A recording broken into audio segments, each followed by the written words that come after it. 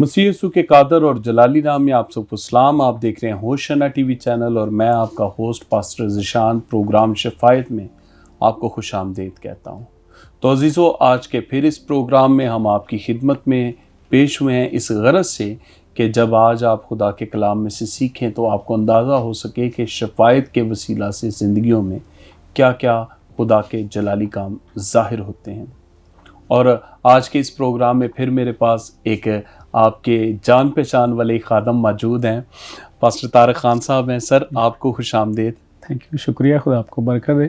हम आपके शुक्रगुजार हैं कि आप हमारे 12 मरतबा दावत देने पर हमें वक्त देने के लिए आते हैं। ये आपकी मोहब्बत है और मैं होशना टीवी के लिए भी खुदा की शुक्रगुजारी करता हूँ। और इसके ओनर्स जो इस वक्त अमेरिका में मुकीम है और खुदावंद की शुक्रगुजारी करते हैं हम उनके लिए कि उनके दिल में ये खुदावंद ने बात डाली कि उनके वसीला से बहुत सारे लोगों तक कलाम मुकद्दस को पहुँचाया जाए। मैं उनके लिए, उनकी सारी फैमिली के लिए दुआ गो हूँ और खुदा का शुक्रिया अदा करता हूँ कि खुदा ने उनको ये विजन दी, ये रोया दी कि मुल्क पाकिस्तान में और बहुत सारे मुल्कों में खुदा का कलाम हमारी ज़बान में, उर्दू ज़बान में लोगों तक पहुँच सके। तो मैं होशना टीवी की टीम के लिए शुक्रिया अदा करता हूँ, आपके लिए शुक्रगुजार हूँ कि आप इस इंटरसेशन में मुझे बुलाते हैं ताकि लोगों तक हम कलाम मुकद्दस की बातों को पहुँचा सकें।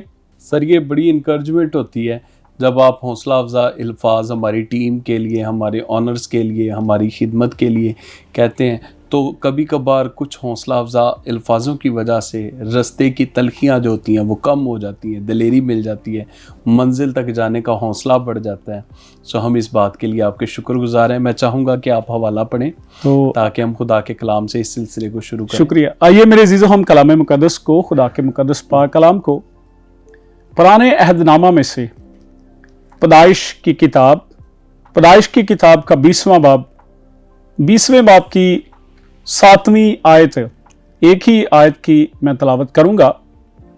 अब तू उस मर्द की बीवी को वापस कर दे क्योंकि वो नबी है और वो तेरे लिए दुआ करेगा और तू जीता रहेगा।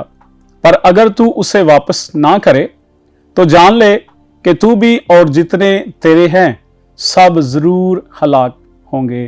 कलाम मुकद्दस का पढ़ा और सुना जाना हम सब के लिए बाइस बरकत ठहरे। प्रे करते हैं। पासा खुदा के दूसरा आसमानी बाप, हम तेरा शुक्र करते हैं इस वक्त के लिए जिसमें बाप तूने मुमकिन किया कि हम पैदाइश की किताब में से तेरे कलाम की बातों पर गुफ्तो शनीद कर सकें। खुदा बाप बख्श दे कि जितना वक्त तेरे कलाम की बातों पर गौर खोज करते हैं और तेरे लोगों को इस ब्रॉडकास्ट के ज़रिया से इन बातों से रूशनास करवाते हैं, तो खुदा बाप तेरा पाक रूह जो कि हकीकी उस्ताद है, जो तेरी तरफ से हमें कायलियत देने के लिए और मसीह के दिन के लिए तैयार करने के लिए मुकर्रर है, जो दूसरा मददगार है, हम उसके लिए भी दुआ गो हैं कि खुदा पाक रूह हमारी रहनुमाई करता रहे।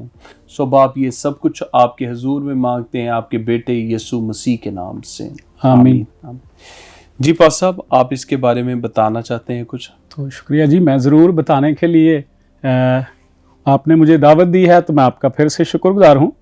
तो मैं दोबारा से होशना टीवी की टीम के लिए शुक्रगुजार हूँ कि ना सिर्फ मुझे बल्कि LBI के जितने भी ग्रेजुएट्स खुदा के खादिम हैं, खुदा के लोग हैं जो मुख्तलिफ़ इलाका जात में खिदमत करते हैं। जिस तरह से मैं नौशहरा विरका के मुख्तलिफ़ गाँव हैं, देहात हैं, कस्बे हैं, उनमें खिदमत गुजारी का काम करता हूं। तो इसी तरह से मेरे और बहुत सारे हम खिदमत साथी, हम खिदमत भाई जो मुल्क पाकिस्तान के बहुत सारे इलाकों में LBI का एक नाम, जो यहाँ से तालीम हासिल करके, यहाँ से खुदा के कलाम को सीख कर तो मुख्तलिफ़ जगहों पे खुदा की खिदमत करते हैं।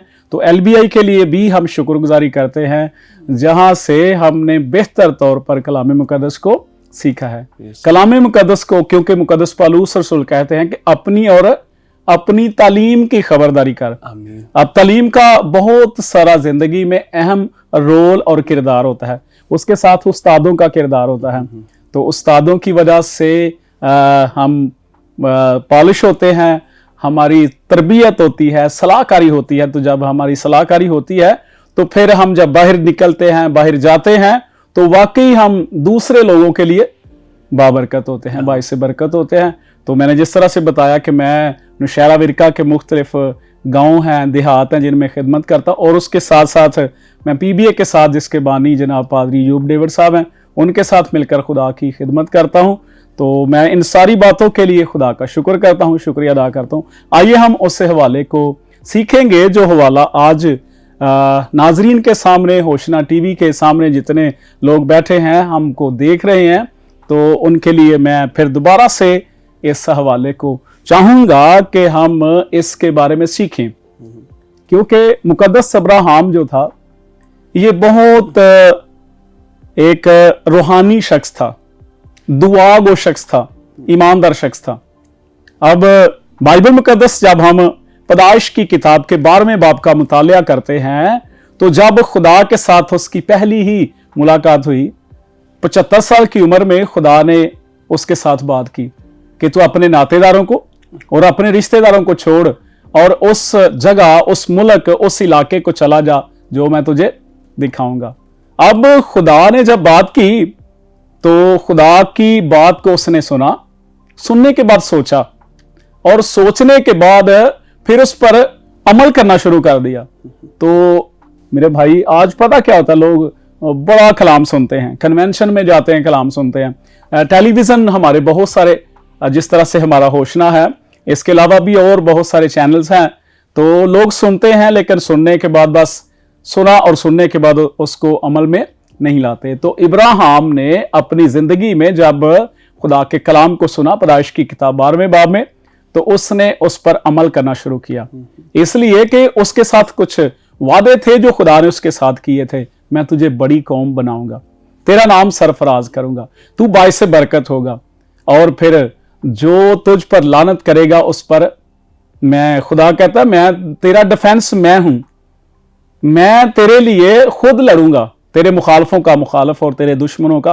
अब बाइबल मुकद्दस में खुदा के कलाम में जब उसने अपने इस सफर को शुरू किया, जो ऊर से था, सफर को जब शुरू किया, तो कलाम खुदा में लिखा है कि जिस जगह पे वो डेरा लगाता था अपना, तो सबसे पहले अपना खैमा बनाने से पहले वो खुदा के लिए कुर्बान का बनाता था। अब जब हम पैदाइश की किताब के 13वें बाब की 4थी आयत का मुतालिया करते हैं, तो लिखा है, यानी वो मुकाम जहां उसने शुरू में कुर्बान गाह बनाई थी और वहां इब्राहिम ने खुदावन से दुआ की।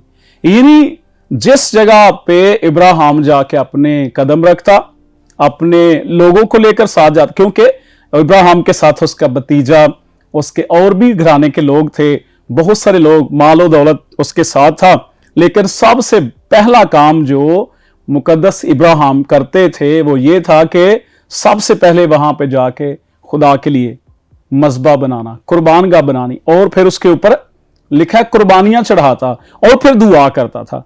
अब ये सिलसिला जब हम पैदाइश की किताब के 13वें बाब में देखते हैं, तो बहुत सारी जगहों पे इसी तरह से जब हम इसी बाब की 18वीं आयत का मुतालिया करते हैं, तो लिखा है, और इब्राहिम ने अपना डेरा उठाया और ममरे के बलूतों में जो हबरून में है जाकर रहने लगा, और वहां खुदामंद के लिए एक कुर्बान गाह बनाई। अब जिंदगी में जब जब उसे मौका मिलता था तो वो क्या करता था, खुदा के लिए कुर्बान गाह बना के तो दुआ करता। लेकिन जिस हवाले को आज मैंने नाजरीन के लिए, सामीन के लिए, जो आज हमें देख रहे हैं, उनके लिए पढ़ा है, यह एक फर्क बात है।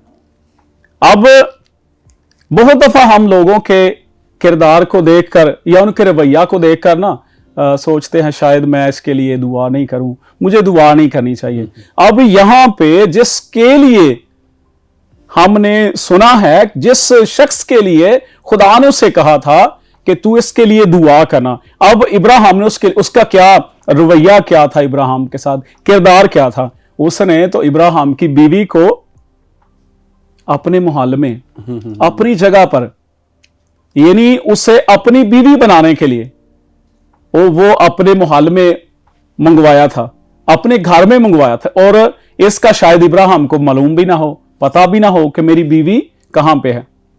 तो मेरे भाई, मैं खुदा का खादिम होता हुआ इस बात को बड़े अच्छे तरीके से मुशाहदा के साथ कि जब हम खुदा के साथ वफादार होते हैं, खुदा के लिए मजबे हमारे घरों में होते हैं, घरानों में होते हैं, तो खुदा ना सिर्फ हमारी फेवर करता है बल्कि हमारी इज्जत की भी फेवर करता है, हमारी इज्जत की रखवाली करता है। और मुझे ये तजर्बा है, जब मैं 2006 से यहाँ से ग्रेजुएट हुआ, ग्रेजुएट होने के बाद मैं जब मुख्तलिफ गाँव में जाया करता था, तो उस वक़्त, अब तो बाल भी नहीं है, तो उस वक़्त खुदावंद की शुक्रगुजारी है कि बाल थे, सब कुछ। तो मैं अपनी बीवी को जब साथ लेकर जाया करता था, तो वापस जब आते, जो ख़ास मैं बात आपको बताने वाला हूँ, वो ख़ास बात ये थी कि जब मैं अपनी बीवी के साथ वापस रात को आया करता था, तो बहुत सारे लोग मुझे कहा करते थे, पादरी साहब रात के वक़्त बाहर ना लेकर निकला करो अपनी बीवी को, ना जाया करो, कोई आपकी बीवी आपसे छीन लेगा, आपके साथ कोई हादसा हो सकता है, कोई मिसहैप हो सकता है, आपके साथ कोई ऐसा मसला दरपेश हो सकता है जिसकी वजह से आपकी इज्जत का नुकसान हो सकता है, आपकी बीवी कोई आपसे छीन लेगा। उस वक्त मेरे बच्चे भी नहीं थे, लेकिन मैंने इस आयत को बड़े ही खूबसूरत और डीपली तरीके से सीखा हुआ था कि खुदा अपने लोगों की इज्जत की हिफाजत करता है, खुदा अपने लोगों की इज्जत को महफूज रखता है। अब इब्राहिम को तो पता भी नहीं था कि मेरी बीवी, सॉरी, पता तो था उसे, क्योंकि कलामे मुकद्दस में लिखा है कि उसकी बीवी के बदले उसने बहुत से तोहफे दिए थे इब्राहिम। जी बिल्कुल ठीक है। तो कलामे खुदा के मुताबिक ये बाद में, ये जो मैं आपकी बात से इत्तेफाक करता हूं, लेकिन बाद में जब उसने उसे वापस किया था, जी बात आप कह, तो ये थी जब उसने उसकी, लिखा है कि जब उसने उसकी बीवी को उसे वापस किया, तो जब वापस किया तो फिर लिखा है कि मैं तेरे भाई को, अब जो बात जो उसने कहा था ना कि वो मेरी बहन है और मैं उसका भाई, तो जब उसने वापस किया तो उसने सारा को कहा था कि मैं तेरे भाई को, ये है इसी बाब की 14वीं, तब अबीमलेक ने भेड़ बकरियां और गाय बैल और गुलाम और लौंडियां इब्राहिम को दी और उसकी बीवी सारा को भी उसे वापस कर दिया। ये उस वक्त दिया था जब उसे वापस किया था। अब जो बात है कलामे खुदा के मुताबिक, इब्राहिम ने उसके लिए इस बात के बावजूद कि अबीमलेक ने इब्राहिम की बीवी को ले लिया था कि उसकी बीवी बने, लेकिन उसने, यानी मुकद्दस इब्राहिम ने इस बात को सामने नहीं रखा। इसके बावजूद भी मुकद्दस इब्राहिम ने, क्योंकि जो दुआ करने वाले होते हैं, जो दुआगो होते हैं, वो खुदा के साथ गुफ्तगू करते हैं, खुदा के साथ बात करते हैं, तो खुदा उनकी बातों को सुनता है और सुनने के बाद फिर जवाब देता है। हम इसी बात को आगे लेके चलेंगे। अभी वक्त हुआ जाता है ब्रेक का। देखते रहिए होशना टीवी चैनल। मिलते हैं ब्रेक के बाद।